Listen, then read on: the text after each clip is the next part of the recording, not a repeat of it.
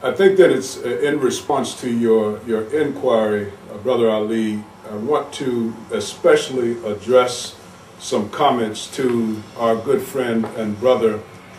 Jeffrey Donso over in the UK,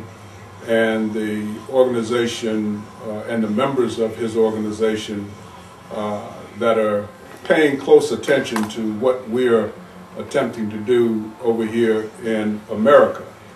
And I should also point out that Brother Jeffrey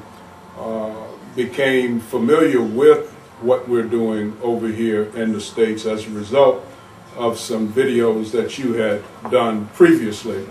and put those on YouTube. And so he became aware of those, watched the series, and shared that information with others of his colleagues in the UK, and as a result,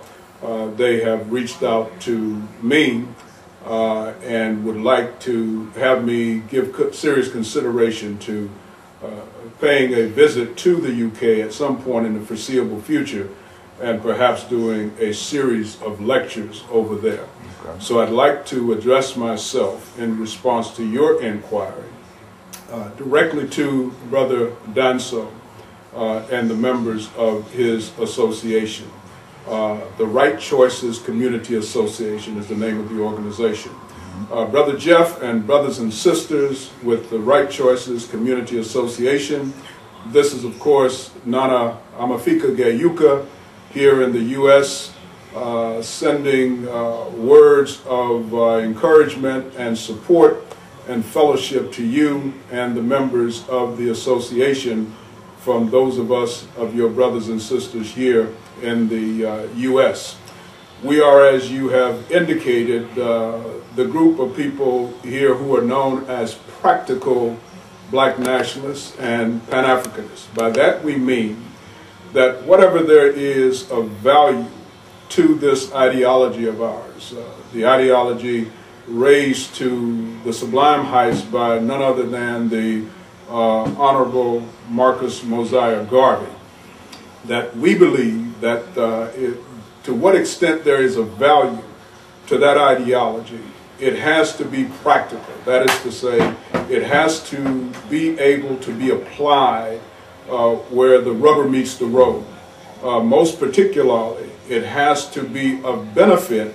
to our people in their daily lives. So we are the component or the group of black nationalists and Pan-Africanists who believe in the practical application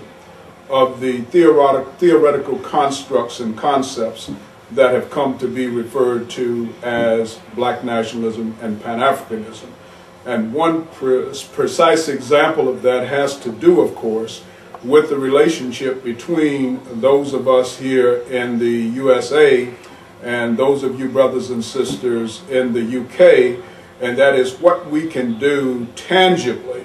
cooperatively, that can not only benefit our people in our respective homes or countries of residence, but what we can do together and collectively on behalf of our brothers and sisters on the continent.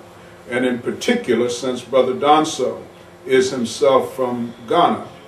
what we might be able to do together that can bring direct and positive benefits to our brothers and sisters in Ghana itself. So with that, I would anticipate that over the next few months and weeks that we will be in consistent communication with you, both in terms of this type of video put together by Brother Ali, and also eventually, when I get to be accustomed to using it, the actual video device that is on my computer. It is true that our good brother Idi Amin had taken the position and was a strong advocate of the belief that to the extent that it was desirable for Africa to be liberated from the clutches of the Europeans and other non-Africans, that the leadership impetus for that liberation was invariably going to have to come from those of us who are in the African diaspora. In particular, he was referring to those who were descended from the Africans who had been ripped away from the motherland and brought to, in particular, the Western Hemisphere and used for purposes of labor, uncompensated labor on behalf of the Europeans. And his position was that for a variety of reasons, which I will touch on, the most likely prospects for the kind of leadership that it would take to liberate Africa was going to come not necessarily from the Africans themselves, that is to say the continental Africans, but rather